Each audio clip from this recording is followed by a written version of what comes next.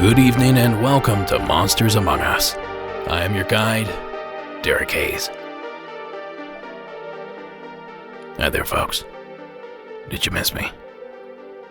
Well, if not me, surely you missed the stories. Well, if that's the case, I have great news for you. I'm back this evening with another Patreon unlock. And this time we're opening one from the new format. The extended episodes over at Monsters Among Us Beyond. And boy, do I have one for you this evening. The extension to Lucky Number, Season 13, Episode 13. And in this episode, I began answering some of the messages sent in by Patreon subscribers. Something we like to do there from time to time. So enjoy this bonus episode. And for you Patreon subscribers, stick around after tonight's bonus release to catch the latest Monsters Among Us Beyond episode. I will be answering more of your Patreon submitted questions, and of course, sharing an array of terrifying tales. So without further ado, ladies and gentlemen, Season 13, Episode 13 of Monsters Among Us Beyond.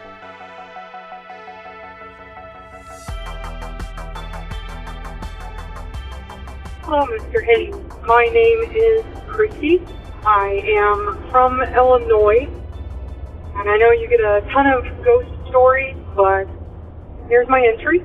This was 2001. Still resided with my mother, and she had one of the old shotgun homes, you know, where you can look in the front door and then look out the back door at the opposite end of the house. And the kitchen was linoleum, and it flowed a little bit of the linoleum into the living room. If you turned right, you went down a hallway, and in the first room on the right in the hallway was the bathroom. I was in high school, and during high school, I was a competitive weightlifter, and I was in track and field. So in the afternoons, I had a short period of time after school where I could come home, shower, eat, get redressed, go do sport things after. Well, I came home one afternoon. It was sunny outside. There wasn't very much wind. There was not a forecast of rain or thunderstorms, nothing of the sort. I came home. I jumped in the bath because my muscles were sore. I had another weightlifting workout that afternoon, and I just needed warm on the muscles. Well, I no sooner got in the tub and got relaxed. I had a book that I played on one of those old MP3 players. I'm sure we all remember those. And I heard the back door open. I heard footsteps go through the kitchen and into the living room. I made the assumption that it was my mother because she was working at the time, and I just thought she had come home early for whatever reason. So I called out to her, and I let her know that I was in the bathroom, that I would be done in a few minutes because I had another workout that I had to be to shortly. I did not receive a response. I searched through the house. I did not see her. So I thought maybe she had just exited the home again, and I just didn't hear the door close. So I went into my bedroom, which my door was directly across from the bathroom. I went into my bedroom to change into my workout clothes. I heard the back door open again. I again heard the footsteps through the kitchen into the hallway.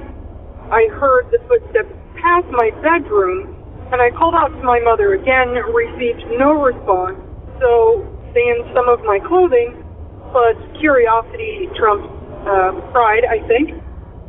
I walked out of my bedroom, searched the house, nobody there. I went to the back door. It was still locked. My mother's car was not there. Nothing had been disturbed. I, to this day, have no idea what it was. I would be more than happy for an explanation. It was definitely creepy and very spooky. It happened more than one time, and it happened to other people that would visit my home. My mother complained of the same thing. She also complained about people knocking on her windows, her bedroom windows, on the kitchen window, knocking on the door, nobody would be there. And this was obviously pre-Ring doorbell.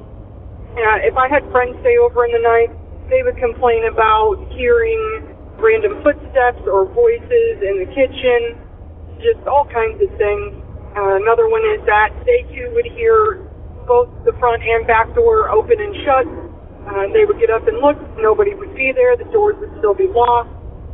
The houses on either side of us were greater than 15 feet away. We had a driveway on either side of us, plus yard to get to the next house.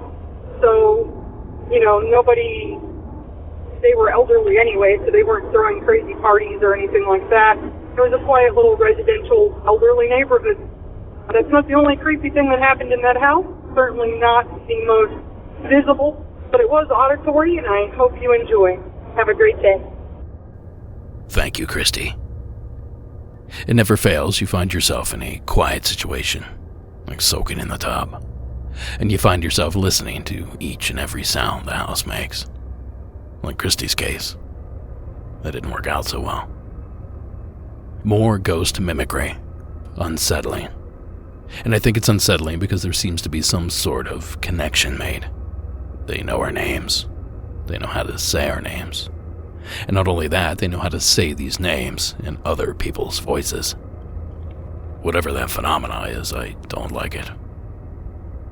But we do thank you, Christy, for sharing it.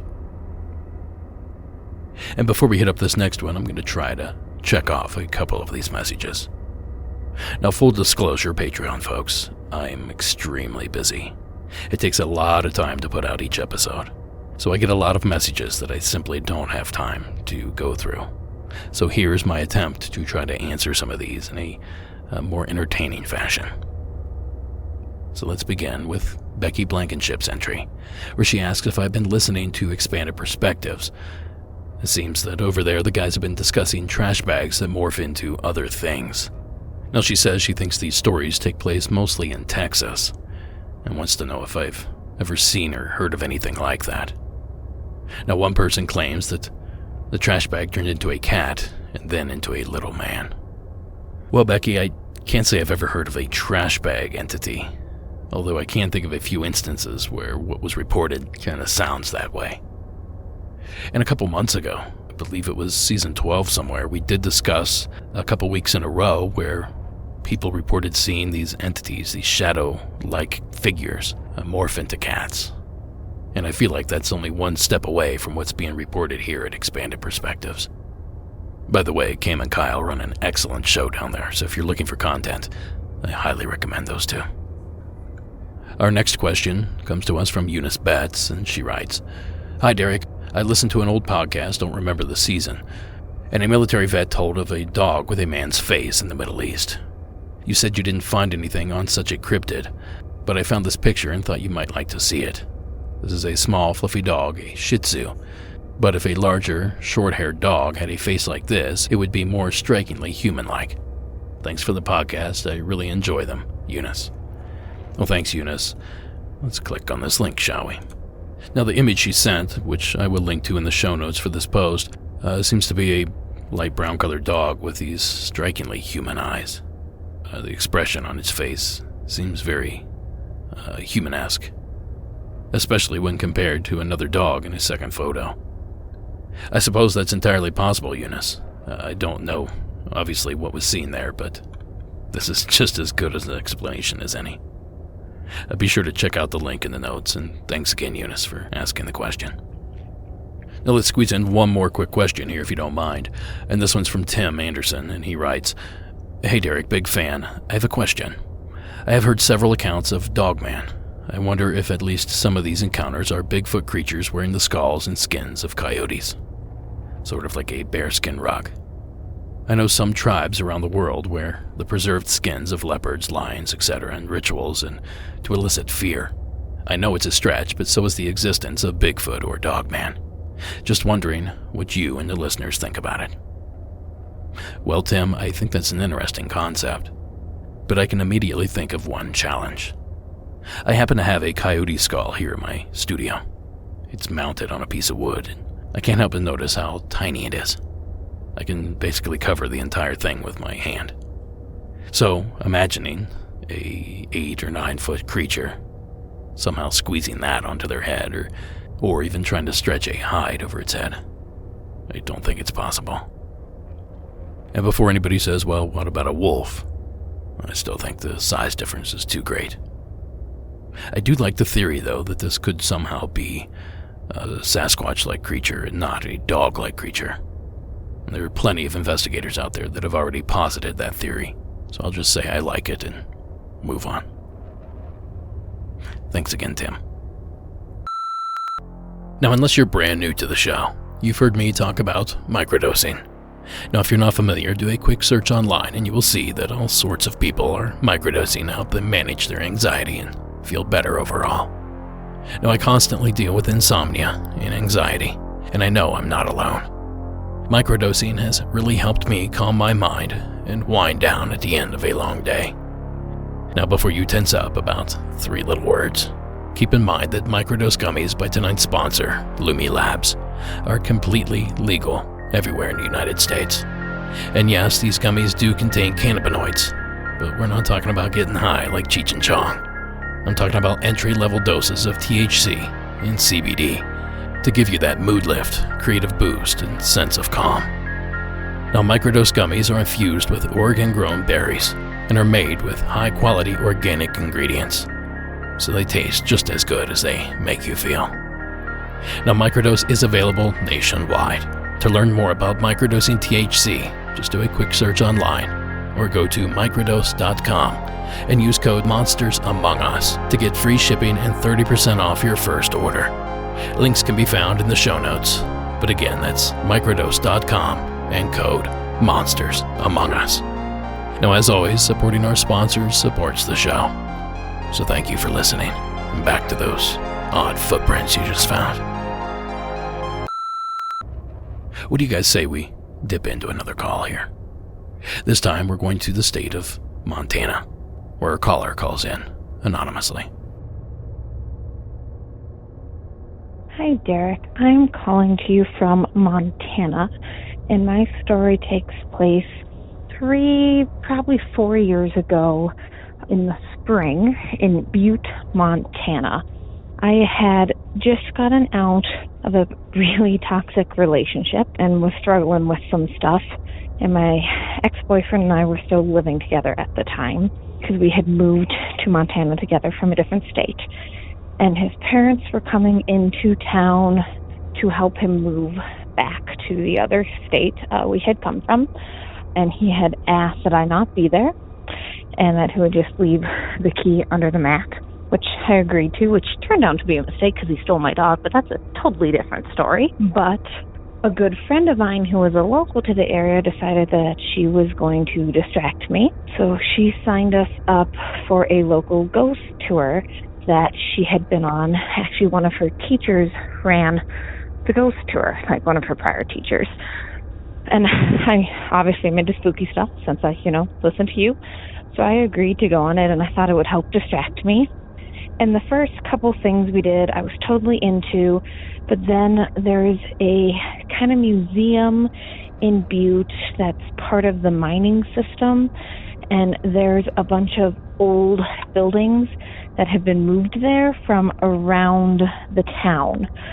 And we were up there in one of the churches, and I just kind of was over it at this point.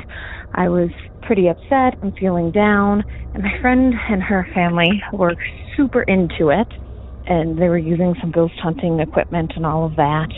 They kept detecting the spirit but couldn't find it, and I just was kind of done following them and the group around. And there was a woman there who I later ended up learning was a pretty strong empath, who kept coming and trying to get me to talk to her, and I was just not into it. So I went and I sat down randomly in one of the pews, and I was just sitting there by myself, trying not to get spoken to, kind of contemplating my life and the choices that had brought me to where I currently was. I was feeling pretty depressed when I felt a cold weight on my right thigh, like somebody had put their hand on me. And it made me really uncomfortable, so I tried to ignore it. And I just kind of continued talking, and I'm not super religious, but I was beginning to pray and figure out my life and make some better choices. And it felt like the feeling of the hand was stroking my thigh, and I was getting really, really uncomfortable. So I said in my head, I was like, hey, if you're a spirit, you're more than welcome to stay next to me. I'm not going to tell them where you are. I understand I wouldn't want them to find me either. But please do not touch me. And the feeling went away off of my thigh. And I was like, sweet, awesome. And I just kind of continued to have my own little meltdown to myself that nobody was aware of. And I was getting pretty upset and worked up. I was in my mid-20s. I had been with this loser for quite some time, and I was getting mad that I felt like I had wasted my life. Good news, I'm now married with a kid. Everything's great. But the feeling came back, and it was like stroking me again. And I said, you are making me cold. Please do not touch me. And I felt a strong hugging sensation, and then it went away. And my friend immediately was like, hey, I'm not getting any hits anymore. Let's move on to a different place. So we got up and left. But I am fairly convinced one of the old priests or old nuns from the church, because it was a Catholic church, had been trying to comfort me during my little breakdown. So that was, a positive encounter. I did have a negative encounter later that evening. There was a part of this tour that my friend was very, very excited about, and it's called the Cabbage Patch. And the Cabbage Patch is an area of Butte, Montana, where back in the day, the poorest of the poor lived. And one horrific story I remember that they shared with us on this tour. The head of the tour is one of the local high school teachers. He teaches history. And it was a story of two sisters who were sleeping on the floor, and there was no heat, and they had been, I think, sweaty, or I don't remember if they had wet themselves or something, but somehow they had gone wet. And during the night, they actually froze to the floor, and they were unable to get the girls off the floor the next morning because they, frozen. Traumatic. And this was in one of the few remaining houses. It's kind of set up as a museum. And my friend was super, super excited because she had done this tour in the past. She knew the head of the tour really well. And she had had this amazing positive encounter where a young female ghost had played with her hair. So we go in, and we're with the head of the tour and my friend and her mom and two other random people. And because she had had an encounter before, they had her sit in the chair kind of in the middle, and the ghost tour guy was kind of trying to get the ghost to interact. And then the other women and myself were sitting on the bed. And I was sitting in the middle of the bed between her mother and these two women I had never met before. And I just had this horrendous gut feeling. Something was kind of playing with a mag light for them. And I just felt in my gut that it was not the little girl and that something was wrong. And I was about to speak up and ask if I could leave when I felt a burning sensation in the middle of my back. And I know it was none of the women touching me because we were crammed in so tight you couldn't move your arms. And at that point, I was kind of too freaked out to talk. And I was just repeating to myself, I believe in light and love and all things good, and just trying not to focus on what was going on. And eventually, the tour guide was like, I don't think we're going to get her to interact tonight. I don't think what's been playing with the light was her. And at that time, my friend piped up and she said, yeah, it feels kind of evil in here tonight. And I was like, oh, okay, I'm not the only one feeling this. But I had been living with her in the time it took for my ex to move back home, so we weren't living together. And I went back home with her again that night just because I didn't know if they were gone or if they had spent the night there, and I didn't really want to run into them. But when we got home, I went down. She had like a whole finished apartment in the basement. And I went down to the basement apartment I was staying in, was getting undressed to shower, and I turned and I looked into the mirror, and I had 3 long scratches down my back. So I had to run upstairs and show her and tell her, and we believe that whatever dark spirit or entity was there in the cabbage patch with us had scratched me, and that was the burning sensation I felt. So we started out the ghost tour with either a nun or a priest giving me a hug, and ended it with something evil scratching me. So, what a ride. But yeah, those are my stories out of Butte, Montana. Thank you, and I hope you have a wonderful Halloween. Since I'm calling you on Halloween, I gotta go get ready because I should have trick-or-treaters at my door in like 10 minutes, and it's my son's first Halloween, so it's gonna be good. Have a great night. Bye. It's always a fun experience when something strange takes place on one of these ghost tours. And I'm always very skeptical when something does. Is this real phenomena, or is this something set up by the tour guides? Thanks, caller, for sending in the entry. Now let's move on to a couple more questions, but a quick disclaimer here. Some of these questions are extremely long, maybe a page worth of writing. So sadly, I'm going to refrain from reading those aloud. In the interest of entertainment, me reading that long just simply isn't fun for anyone. So in the future, if you guys could try to keep these questions as short as possible so I can address them here, that would be very helpful. And I realize that doesn't always work. Sometimes details are needed. But we're doing our best to streamline this process and get this entertainment and information out to you as seamlessly as possible.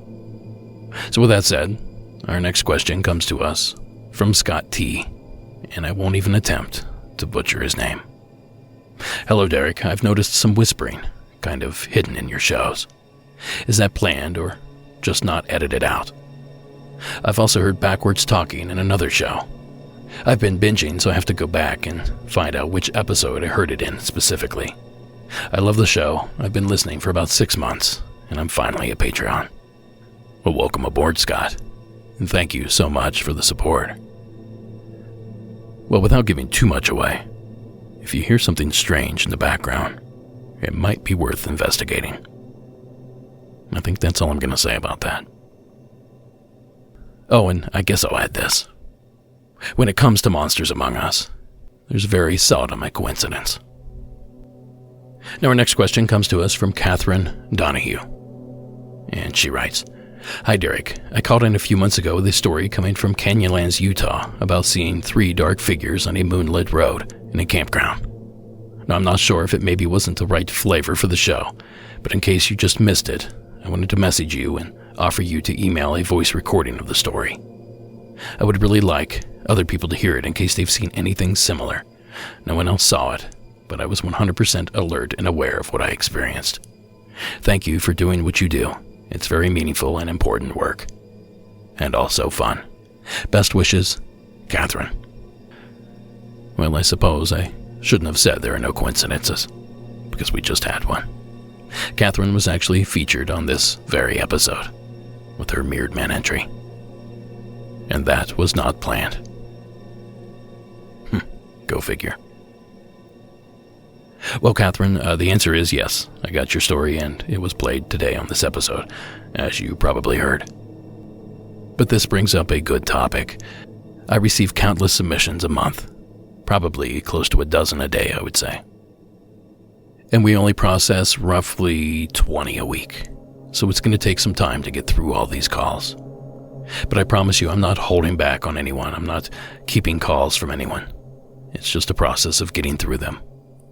And a little inside baseball, I get so many that right now I'm currently 7 or 8 months behind listening to these calls and getting them logged into my library. Now, it's a good problem to have, and it ensures that this show is going to be around for a long, long time, as long as you guys keep listening. So be a little patient, and I promise I'll get to all of them. Now let's sneak in one more, and this one's from Hoot, which is also ironic because we talked about owls earlier. Good news, I got drunk and resubscribed. There you go, Hoot. I love your work. Did you know you sound like Castile from that Supernatural show? Left a story a while ago. Can't wait to hopefully hear it. Well, Hoot, I do actually get that note quite often, and I've never seen the show, but I'll take it as a compliment. A quick little story, just the other day I was actually doing a Skype interview, and the guy actually stopped the interview to tell me that I sounded like an old radio host from Los Angeles a couple decades ago named Joe Frank. No, I'd never heard of Joe Frank, so I looked him up, and by God, the guy was right. And I took it as a huge compliment. Now, Joe Frank is no longer with us, but if you're curious, make the comparison yourself. When I first came to LA, I lived in a hotel on the beach. I stayed there for about a year. Then I wanted my own place. Finally, I found a 4-room bungalow with a deck in the back and a patch of lawn in a middle-class neighborhood of modest 1-story. Those are certainly some big shoes to fill. Thanks again, Hoot, and thanks for signing back up. Now a word from our sponsor, BetterHelp. How we care for our minds affects how we experience life, so it's important to invest time in keeping our brains healthy. Now, there are many ways to support a healthy brain, like getting enough sleep, reading, or being physically active. But there's also BetterHelp online therapy. Now, I've struggled with depression, and therapy has helped give me the tools to manage it in a healthier way. Life can sometimes feel like a roller coaster, and I believe therapy can do a lot to help anyone manage the ups and downs that are thrown our way. BetterHelp is online therapy that offers video, phone, and even live chat therapy sessions, so you don't have to see anyone on camera if you don't want to. Now, it's a lot more affordable than in-person therapy, and you can be matched with a therapist in under 48 hours. So if you've been thinking about therapy, take this as your sign to get started now. And I know you'll be glad you did. Monsters Among Us listeners get 10% off their first month at betterhelp.com/Monsters Among Us. That's betterhelp.com/Monsters Among Us. Now, as always, supporting our sponsors supports the show. So thank you for listening, and back to this bonus content. Now, I have one more call to share with you this evening, so let's dive into it. And this one covers a familiar subject and comes to us from the state of Illinois. Matt, welcome to the program. Hi, Derek. My name is Matt. I've been meaning to call this in for a while now. I've been a fan of the podcast for about a year. It's been a lot of fun. It's really helped get me through the workday. Anyway, this is a story that took place near my hometown in Roscoe, Illinois. It's a classic black triangle UFO story. So I want to say this was about a decade ago. I was with my girlfriend at the time, and we just decided that we were going to run to a local fast food joint and get something to eat. We were driving down Highway 251, and it was just about dusk. I mean, you could just see that the stars were starting to come out, but it was kind of twilight. There was a little bit of the sunset over the horizon still. And she was driving, and I was just kind of looking out the windshield, and I noticed when I looked up that there was a point of light in the sky. And if you've ever seen a satellite moving through the sky, it was like that. The difference was it was a lot brighter than a satellite, and it was moving a lot quicker too. And it was moving to the side. I mean, if you're looking down 251, it was moving right to left. So as I was watching this thing and realizing, like, that's too bright and it's moving too quickly to be a satellite, I looked down a little bit and I saw another point of light exactly like it moving parallel with it. And almost instinctually, I I get chills every time I think about this moment, but almost instinctually, I looked to the left, and that's when I saw the third point of light that completed this triangle. And it was huge. It was flying what seemed to be pretty low, but it was gigantic. And at that time, I pointed at it and I said, Danielle, what the blank is that? And, she started getting worked up too. I remember her saying that she felt like crying because it was so shocking to see this huge black triangle flying over the highway. It was moving so quickly and so silently, but it was starting to get over a tree line. So I told her, hey, hurry up. Drive faster. You got to keep up with this thing. So she sped up. We kept an eye on it. We just were barely to keep looking at it before it went over the tree line. And before we knew it, we came up to a red light. She had to screech to a halt, and we stopped and watched this thing fly out over the tree line, and that was the end of it. The strangest thing about this whole experience, and what freaks me out the most, is just how unnoticeable this thing was. I mean, really, I was looking directly at it. I don't know how to explain it. I mean, you could see that it was blocking out the stars, but it was so hard to notice and so dead silent. This was all over within 2 minutes or less, and I couldn't even react quickly enough to think that I should take out my phone and record it. It didn't look like anybody else driving around us had seen it. But what freaks me out the most is just how many more of these things could be flying through the sky and you would never notice it.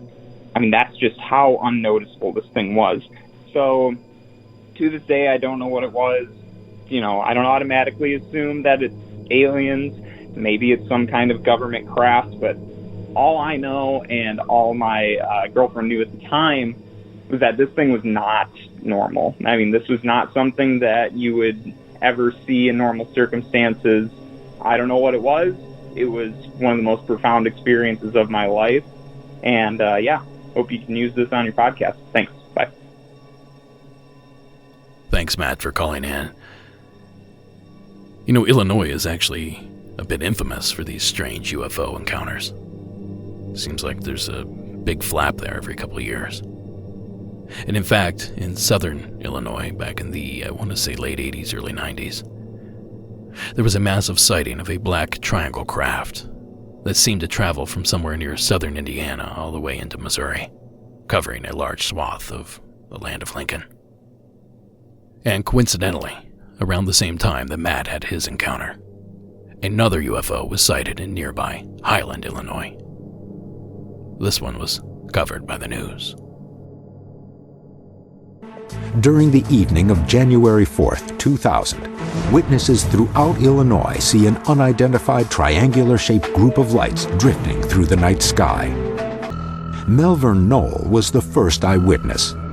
He saw the craft hover over Highland, Illinois at 4 a.m. He happened to look up in the sky and he saw this gigantic craft. He thinks it was no more than 1,000 feet elevation, and it was cruising noiselessly. He saw that it had an interior. It was illuminated on the inside. He called it a flying house. Of the 7 witnesses at the time that came forward and talked to the media, 4 of them were police officers in 4 different jurisdictions. They weren't buddies. They didn't know each other. And they were seeing this thing as the radio dispatches were being relayed along. And the fact that it happened so close to Scott Air Force Base and Mid-America Airport, those places have large hangars that could conceal a craft as big as that. Now that clip courtesy of the History Channel. And I would say if you live somewhere in or near the state of Illinois, you better start looking up. Thanks again, Matt, for taking the time to share your call. All right, folks, let's squeeze in a couple more quick questions, and then I'm going to duck out of here. And this one comes to us from Suck-a-Punch, also known as Roberto. Hola, Derek. I'm happy to join you on Patreon. Great show. I love your no-nonsense approach. You analyze without judgment and with an open mind. I'm eager to jump in on all the bonus content. I hope to contribute soon, Gracias, Roberto. P.S. I am a professional toy designer, and perhaps in the future, we could collaborate on some work. Well, thank you, Roberto. And yes, I think I would be interested in that. Send me your credentials, and when I have a moment, I'll reach out. And thank you for the compliments. I do my best to try to keep this as a judgment-free zone, while still trying to get to the bottom of some of these mysteries. It's a tightrope that I don't mind walking. So long as I don't fall off, I guess. Okay, so let's sneak in one more quick question. And this one comes to us from Martin Deacon. And he writes, Hi Derek, I've been listening to your show for about 2 years, and I am now a patron. My wife and I were listening to Monsters Among Us Beyond number 46 this afternoon with Shannon LeGros, whose show I also patronize. The story of the man being breastfed by a Sasquatch reminded my wife of a novel by Michael Crichton, also a film I believe called Congo, in which one of the characters is saved from guard gorillas of a diamond mine by a female gorilla, which his group had taken along, pretending to breastfeed him and by signing to the other gorillas that he was a baby. I say this not to suggest that the witness was making things up, but rather wondering whether he had some form of mild delirium, brought on by shock and pain, and perhaps he too had read this book and his brain created some form of fever-type dream based on his incident as unconscious reassurance. I know he said he tasted the milk, but I have had vivid dreams in which I can taste things as well. So I feel that this would not be too great of a problem. We love your show, which we found by seeing you on Paranormal Caught on Camera. So doing that show at least brought you some custom. Keep up the good work, as everyone says, and please do not feel you have to reply, as I dare say you are kept pretty busy. Regards, Martin and Gretchen Deacon. Well, thanks you two. I appreciate that. And they're referring to Max Call out of the state of Mississippi. He was a hunter that wasn't secured in his tree stand and slipped and fell, broke his back. And when he awoke, he was being coddled, protected, and forced breastfed by a female Sasquatch. No, I too have seen that film. I've seen that film dozens of times, in fact, when I was a kid. It was one of those ones we watched on repeat over and over for some reason. And I remember the gorilla that they took along. I believe her name was Amy. Now, I don't think that's a wild theory. And falling and breaking your back could certainly induce some sort of hallucinations. And I often thought that about the story myself. But Mac's story seemed so coherent, so somehow believable, that I can't help but think that what he described actually happened to him.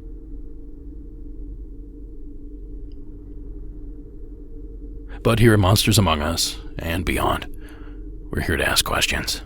So I certainly appreciate the inquiry, Martin and Gretchen. Thanks for writing in. And a huge thanks to you for all of the support, and for sticking around for this Beyond episode. Monsters Among Us Beyond is written and produced by me, Derek Hayes. All media used in this production is done so under the protection of fair use. And the score you heard this evening was provided by Iron Cthulhu Apocalypse. Thank you all so much for the support. Thanks for tuning in to this bonus content. And I will catch you all next week. Have a good night.